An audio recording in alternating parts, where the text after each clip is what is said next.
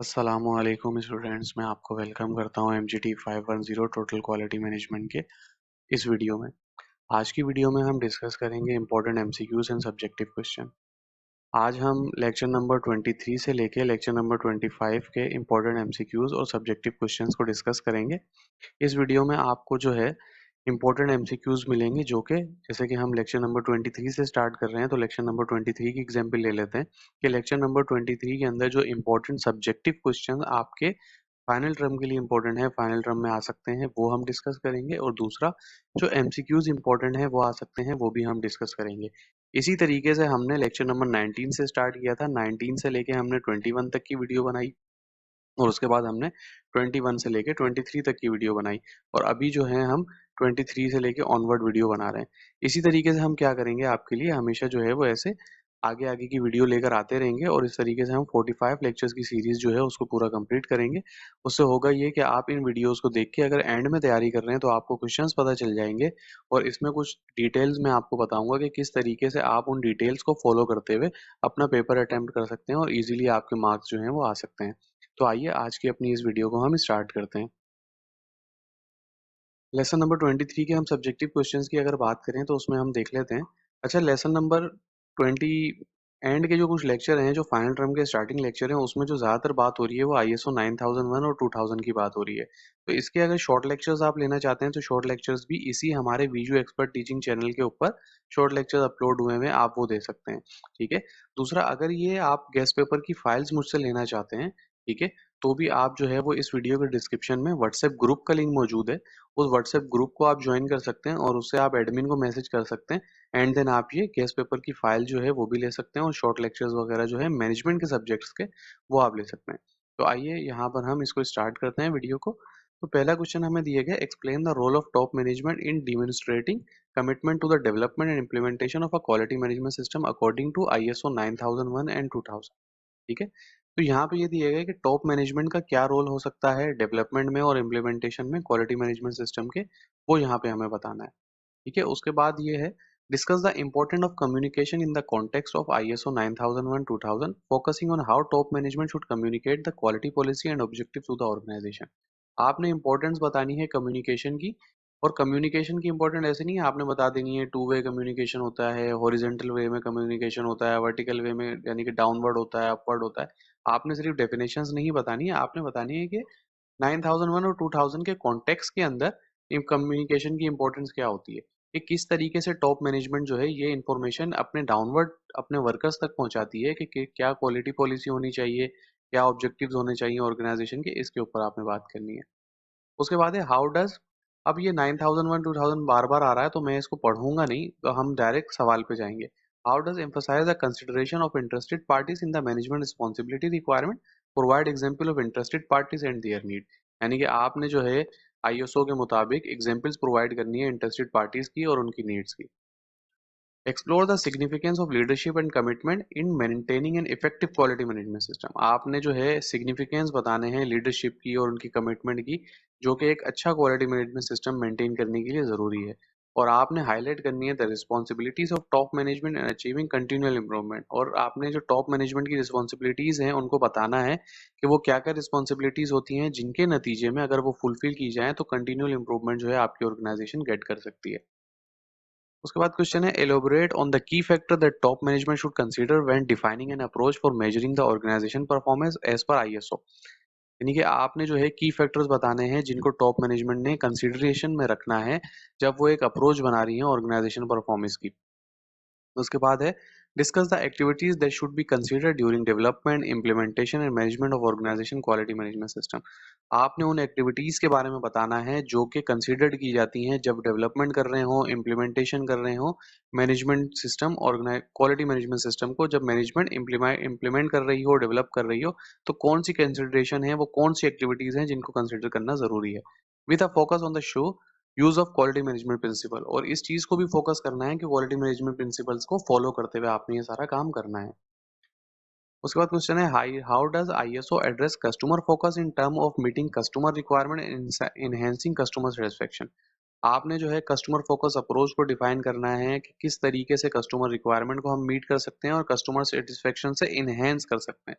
Enhance का मतलब है सिर्फ कस्टमर की रिक्वायरमेंट को मीट नहीं करना है बल्कि उससे ऊपर जाना है हमें। Include consideration related to the product obligation, यानी कि प्रोडक्ट ऑब्लिगेशन का पूरा एक टॉपिक है आईएसओ 9001 2000 के अंदर। उनकी कंसिडरेशन को फॉलो करते हुए आपने जो है इस क्वेश्चन का आंसर देना है। Identify and explain the various interested parties in the context of quality management purposes and discuss how organization should meet their need and expectation. आपने जो है इंटरेस्टेड पार्टीज के मुख्तलिफ कॉन्टेक्स्ट को जो है वो देखना है कि क्वालिटी मैनेजमेंट के पर्पसेस को किस तरीके से फुल करना है, और आपने इस चीज़ के भी डिस्कस करना है कि ऑर्गेनाइजेशन किस तरीके से अपनी नीड एंड एक्सपेक्टेशन को मीट कर सकती है। उसके बाद क्वेश्चन है provide example of product concern from customer and end user as outline in ISO and discuss how organisation can define and exceed this expectation. आपने एग्जांपल्स प्रोवाइड करनी है कि किस तरीके से कस्टमर और एंड यूजर जो है आईएसओ 9001 क्या क्या प्रोडक्ट के कंसर्न्स होते हैं, ठीक है। उसके बाद आपने बताना है कि किस तरीके से ऑर्गेनाइजेशन जो है उन एक्सपेक्टेशन को या तो पूरा कर सकता है या तो उससे भी आगे निकल सकता है। उसके बाद है explore the role of partnership with supplier in creative value for both parties as suggested by ISO 9001 2000। Discuss the step an organisation should take when establishing partnership. यानी कि आपने जो है पार्टनरशिप के रोल बताने हैं सप्लायर के साथ कि किस तरीके से वो बोथ पार्टीज के लिए वैल्यू क्रिएट करते हैं। यानी कि पार्टनरशिप में ये मुराद हो गई कि आपकी एक ऑर्गेनाइजेशन है, आप जो है एक मिसाल ले लें कि आप मोटरसाइकिल्स बनाते हैं। अब मोटरसाइकिल्स के अंदर आप इंजन किसी और से ले रहे होंगे, हैंडल किसी और से ले रहे होंगे, सीट कहीं से ले रहे होंगे, टायर कहीं से ले रहे होंगे। तो जो आपको टायर प्रोवाइड कर रहा है वो आपका सप्लायर है।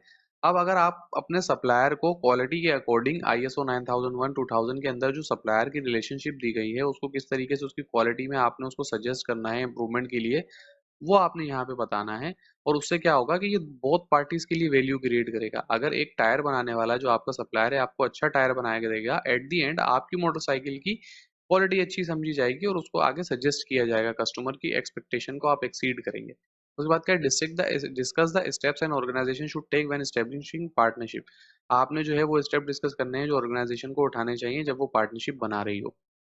अच्छा, आप देखें ये सब्जेक्टिव क्वेश्चन हमने क्लियर कर लिए हैं। अब यहाँ पर अगर आप बिल्कुल एंड में इस वीडियो को देख रहे हैं और आपका तकरीबन 2 दिन बाद या 3 दिन बाद पेपर है या 1 वीक बाद भी पेपर है, तो अब आप पूरे हैंडआउट्स की तैयारी नहीं कर सकते। अगर उस चक्कर में आप रहेंगे, तो आप कुछ नहीं कर पाएँगे। तो आपने यहाँ पे क्या करना है देखें, मैं आपको एक ट्रिक बताता हूँ। अब यहाँ पे देखें पहला है कि रोल ऑफ टॉप मैनेजमेंट, ठीक है? पहला टॉपिक क्या आ रहा है यहाँ पे, रोल ऑफ टॉप मैनेजमेंट किसके कॉन्टेक्स्ट में, आईएसओ 9001 2000। आपने सिंपल यूट्यूब क्या करना है कि भाई टॉप मैनेजमेंट के रोल बता दें आईएसओ 9000 2000 के मुताबिक, उर्दू के अंदर बता दें, हिंदी के अंदर बता दें, ठीक है। ज्यादातर हमें बदकिस्मती हमारी है कि हमारे पड़ोसी मुल्क के लोग जो हैं वो इन चीज़ों को ज़्यादा डिफाइन करते हुए मिल रहे होते हैं, ठीक है। तो आपने वो देख लेना है, एट द एंड आपको इन्फॉर्मेशन गेट करनी है, ठीक है। तो आपने क्या लिखना है कि टॉप मैनेजमेंट का क्या रोल होता है आईएसओ 9001 2000 के अकॉर्डिंग, उर्दू में लिखते हैं सिर्फ।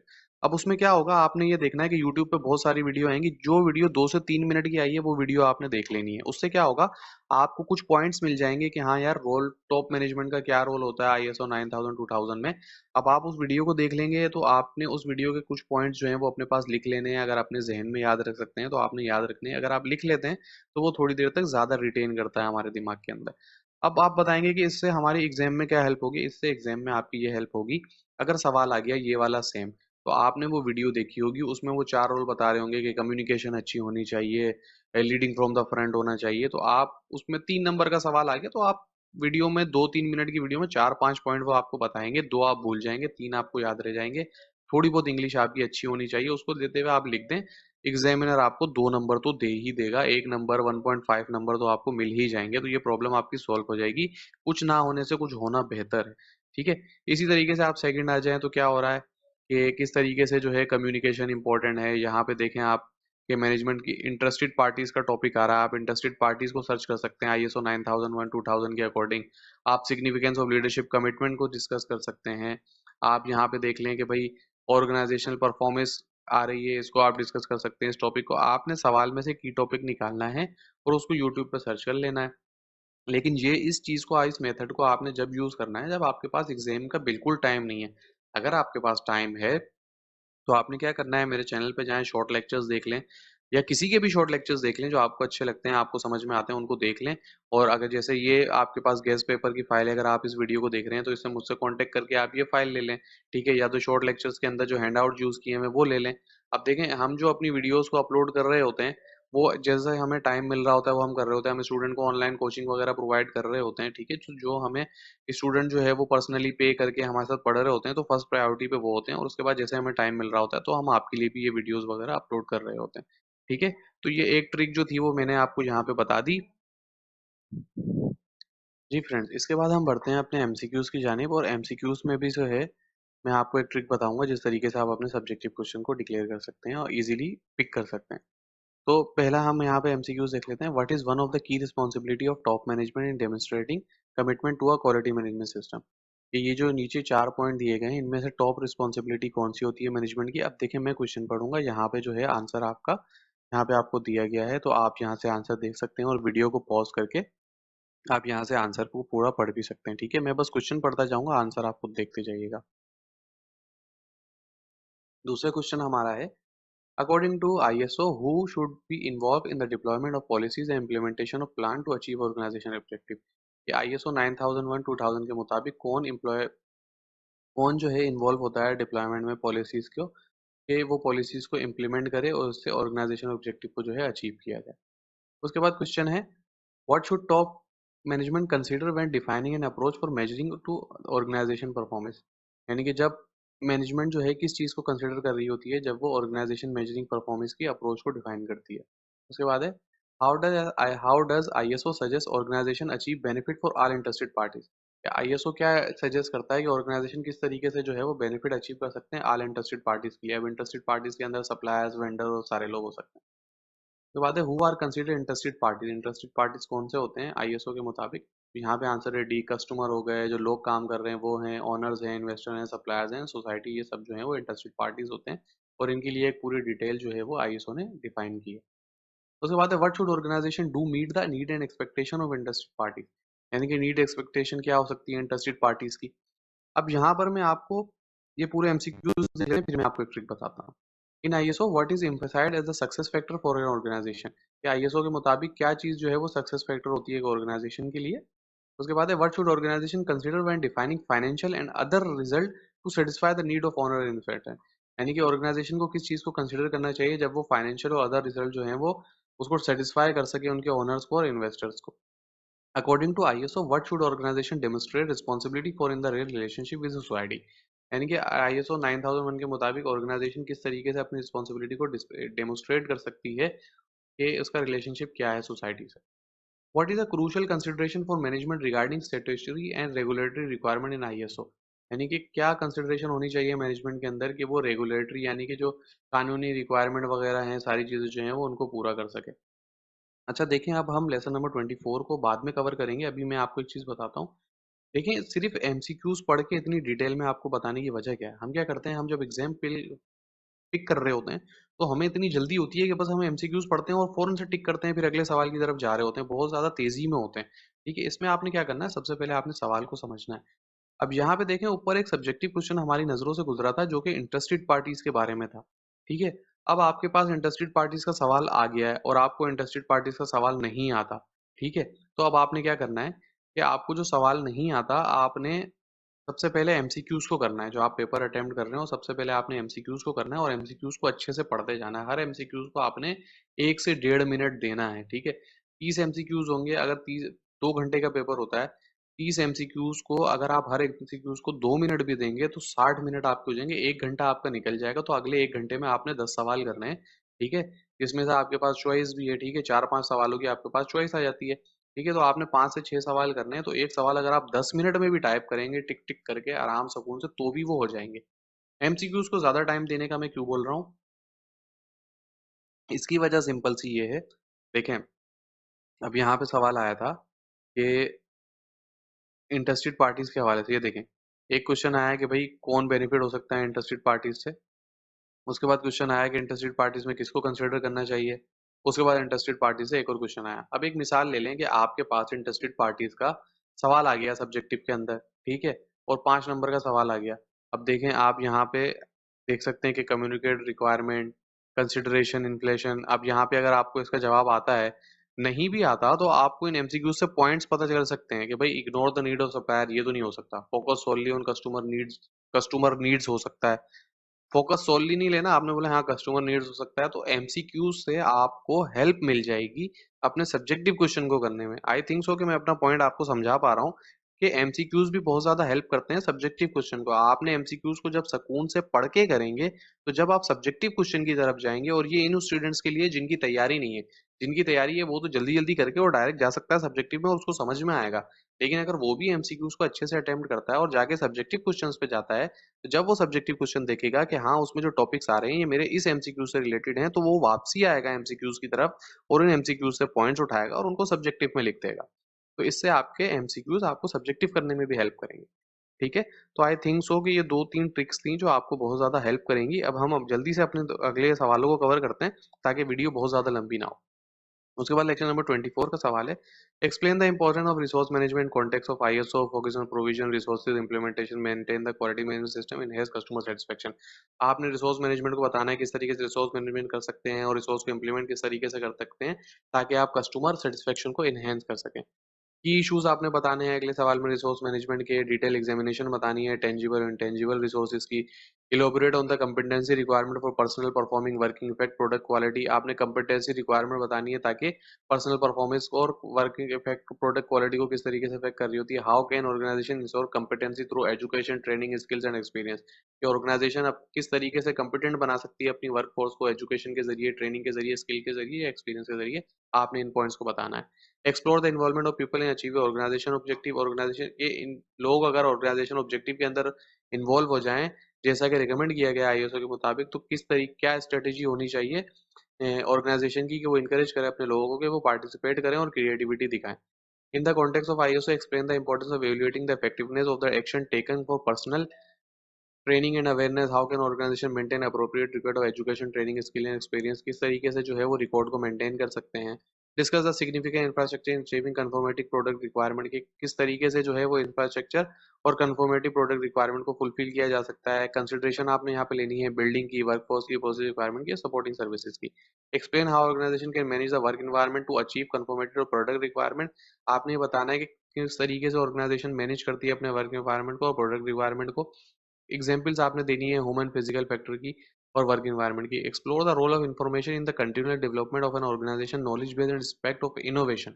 यानी कि आपने जो है इंफॉर्मेशन कंटिन्यूअल डेवलपमेंट का रोल वगैरह बताना है आपने यहाँ पे, और ऑर्गेनाइजेशन किस तरीके से मैनेज कर सकती है इंफॉर्मेशन को आईएसओ के मुताबिक वो आपने बताना है। Discuss the benefit opportunity for organisation establishing relationship with supplier and partner, के साथ किस तरीके से अगर आप अच्छा रिलेशन होता है तो ये आपको क्या अपॉर्चुनिटीज मिलती हैं और क्या बेनिफिट मिलते हैं, ये आपने यहाँ पे बताना है। Elaborate on the consideration of natural resources and financial resources in the resource management. आपने जो है वो नेचुरल रिसोर्सेज और फाइनल रिसोर्सेज को जब रिसोर्स मैनेजमेंट कर रहे हो तो किस किस चीज़ों को कंसिडर करना है वो आपने बताना है और उसका इम्पैक्ट बताना है रिसोर्स मैनेजमेंट के फाइनेंशियल रिजल्ट पर। उसके बाद एमसीक्यूज हैं। What is the primary purpose of resource management according to ISO, ये आप देख सकते हैं। उसके बाद है according to ISO what are the example of tangible resources, ये आपने बताना है। How can organisation encourage in involvement of people as recommended, ये आपने बताना है। What is the purpose of determining competence need for each process activities, यानी कि क्या पर्पस हो सकता है कि हर प्रोसेस के लिए आपके पास कंपिटेंट बंदे होने चाहिए, ये आपने यहाँ पे बताना है। How should organisation evaluate the effectiveness of action taken for personal training awareness, ये ऑर्गेनाइजेशन जो है वो किस तरीके से इवेल्युएट करेगी कि क्या इफेक्टिवनेस होनी चाहिए और क्या एक्शंस होने चाहिए पर्सनल ट्रेनिंग के। उसके बाद आपने बताना है what is considered part of infrastructure, infrastructure का कौन सा पार्ट होता है आईएसओ के मुताबिक। इन the context of ISO what factor influence the work environment, के आईएसओ के मुताबिक कौन से फैक्टर हैं जो इन्फ्लुएंस कर रहे होते हैं वर्क एनवायरनमेंट को। उसके बाद है what is fundamental for continual development of organisation, knowledge based and making factual decision as per ISO, यानी कि फंडामेंटल क्या होने चाहिए कंटिन्यूअल इंप्रूवमेंट के और कौन सी नॉलेज होनी चाहिए जिसकी बेस पर फैक्चुअल डिसीजन लिए जा सकते हैं।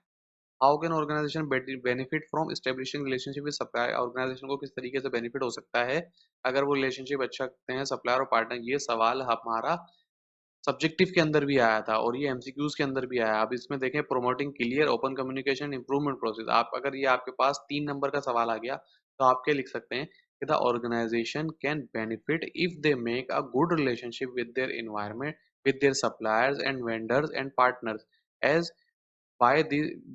अब आप क्या लिख सकते हैं कि organisation can make this relationship stronger by following things. अब आप यहाँ पे लिख सकते हैं promoting clear and open communication, that will improve process. और फिर नीचे आप एक और लाइन लिख सकते हैं। इससे क्या होगा, 3-4 लाइनों का आपका एक आंसर बन जाएगा और आप इजीली उसको अटेम्प्ट कर सकते हैं। उसके बाद है what is the impact of resource management on the financial result of the organization. Resource management का क्या रिजल्ट आता है फाइनेंशियल मैनेजमेंट ऑफ ऑर्गेनाइजेशन के। तो गाइज ये हमने लेक्चर नंबर 24 अपना कवर कर लिया है यहाँ पर। तो तकरीबन 19-20 मिनट की वीडियो हो गई है। हम लेक्चर नंबर 25 को भी कवर कर ही लेते हैं यहाँ पे जल्दी से। Explain the importance of planning in product realization according to ISO. Provide example of element that should be considered in planning product realization. आपने प्लानिंग प्रोडक्ट की रियलाइजेशन बतानी है आईएसओ के मुताबिक और आपने एग्जांपल्स भी प्रोवाइड करनी है। आपने रिव्यूज, डिजाइन, डेवलपमेंट स्टेजेस के बारे में बताना है और किस तरीके से रिव्यू कंट्रीब्यूट करते हैं प्रोडक्ट रिक्वायरमेंट को मीट करने में और कौन से इशू हाईलाइट करते हैं वो भी आपने बताना है। आपने वैलिडेशन बतानी है डिजाइन एंड डेवलपमेंट की, क्यों वैलिडेशन को क्यों एक एसेंशियल स्टेप किया जाता है ये आपने बताना है और कौन से की एस्पेक्ट हैं जो इवेल्युएट किए जाते हैं वो आपने बताना है। आपने सिग्निफिकेंस बतानी है सप्लायर इवेल्युएशन की, परचेजिंग प्रोसेसेस की, और आपने एक क्राइटेरिया सेट करना है जिसकी बेस पे जो है वो सिलेक्शन हो सके और इवेल्युएशन हो सके सप्लायर्स की। आपने जो है प्रोडक्ट डिजाइन बताना है, डेवलपमेंट चेंजेस बतानी है और आपने किस तरीके से बताना है कि किस तरीके से कंट्रोल मैनेज किया जाता है प्रोडक्ट इंटीग्रिटी को और क्वालिटी को। उसके बाद आपने की एलिमेंट्स के बारे में बताना है जो कि प्रोडक्ट रिक्वायरमेंट को पूरा करें आईएसओ के मुताबिक, और आपने एक ऑर्गेनाइजेशन किस तरीके से कस्टमर रिक्वायरमेंट को क्लियरली डिफाइन कर सकती है और मीट कर सकती है ये आपने बताना है। आपने बताया total cost of purchase product का कॉन्सेप्ट क्या होता है, परचेजिंग प्रोसेस क्या होता है, क्यों इंपॉर्टेंट है कि ऑर्गेनाइजेशन इन चीज़ों को कंसिडर करे। आपने एलिबरेट करना है प्रोसेस वेरिफिकेशन को, परचेज प्रोडक्ट को, कि किस तरीके से परचेज प्रोडक्ट किए जाएंगे, उसका प्रोसेस वेरिफिकेशन क्या होगा। आपने ऑर्गेनाइजेशन किस तरीके से इंश्योर कर सकती है कि प्रोजेक्ट परचेज प्रोडक्ट जो है वो कस्टमर के रिक्वायरमेंट को पूरा करेंगे। प्रोसेस इंटरडिपेंडेंस क्या होती है जैसे कि लेसन में मेंशन किया गया है वो आपने बताना है किस तरीके से इसकी इंटरडिपेंडेंस जो है वो क्रूशल है quality management system, effective quality management system के लिए। आपने डिजाइन एंड डेवलपमेंट के आउटपुट प्रोडक्ट को बताना है और उसके बाद आपने बताना है कि किस तरीके से आउटपुट जो है कंट्रीब्यूट कर रहा होता है overall quality of the final product के ऊपर। उसके बाद एमसीक्यूज है what is the purpose of design and development validation, के डिजाइन एंड डेवलपमेंट वैलिडेशन का पर्पस क्या होता है वो आपने बताना है। उसके बाद सवाल है according to ISO what should the organization if product requirement and change. Organization ने क्या करना है अगर प्रोडक्ट रिक्वायरमेंट को चेंज कर दे कस्टमर। उसके बाद है what does the process input, process input किस तरीके से किस चीज को रेफर कर रहे होते हैं प्रोडक्ट रियलाइजेशन के कॉन्टेक्स्ट में। उसके बाद आपने बताना है why should an organization conduct periodic review of design और डेवलपमेंट ऑब्जेक्टिव। ऑर्गेनाइजेशन जो है वो पीरियोडिक रिव्यू क्यों करे डिजाइन और प्रोडक्ट डेवलपमेंट का, ये आपने बताना है कि टू कंसीडर वेरिफिकेशन और वैलिडेशन गुड, ये इसका आंसर है। What is the main purpose of the design and development review, main purpose क्या हो सकता है डिजाइन एंड डेवलपमेंट रिव्यू का। How should an organization determine requirement related to product, organization किस तरीके से डिटरमाइन करती है रिक्वायरमेंट को प्रोडक्ट के रिलेशनशिप में। What is the purpose of design and development planning, क्या मकसद होता है डिजाइन एंड डेवलपमेंट प्लानिंग का। उसके बाद सवाल है what should an organization do before accepting customer requirement if the customer provide no documented statement of the requirement. अगर आपको कस्टमर ने कुछ रिक्वायरमेंट दे दी है, ठीक है, लेकिन कस्टमर ने कोई डॉक्यूमेंट प्रोवाइड नहीं किया, तो इस सिलसिले में इस सिचुएशन में ऑर्गेनाइजेशन क्या करेगी ये आपने बताना है। What does the organization need to evaluate and select supplier, organisation को किस चीज की रिक्वायरमेंट होती है सप्लायर को सेलेक्ट करने में। Why is the validation considered particularly important for certain type of product, यानी कि वैलिडेशन क्यों जरूरी है, किस चीजों को कंसिडर करना चाहिए जब आप इंपॉर्टेंट कौन से एक्सपेक्ट होते हैं जब आप मुख्तलिफ प्रोडक्ट की टाइप को वैलिडेट कर रहे होते हैं। तो गाइज ये थी आज की वीडियो, आई होप सो आपको समझ में आई होगी। अगर आप ये गेस्ट पेपर मुझसे लेना चाहते हैं तो व्हाट्सएप ग्रुप का लिंक मौजूद है, व्हाट्सएप ग्रुप को ज्वाइन करें, जो एडमिन है उनको मैसेज कर दें, इंशाल्लाह मैं या मेरी टीम का कोई भी बंदा आपको ये नोट जो है वो प्रोवाइड कर देगा ये गेस्ट पेपर। ठीक है, तो आज की वीडियो में इतना ही, मिलते हैं अगली वीडियो में। अगर आपको हमारी वीडियोस पसंद आ रही हैं तो कमेंट सेक्शन में ज़रूर बताएं, वीडियो को लाइक करें, अपने फ्रेंड्स के साथ शेयर करें, इससे हम मोटिवेट होंगे कि हम आपके लिए मज़ीद ऐसी वीडियोस लेकर आएँ। आज की वीडियो में इतना ही, मिलते हैं अगली वीडियो में, जब तक दुआओं में याद रखिएगा। अल्लाह हाफ़िज़।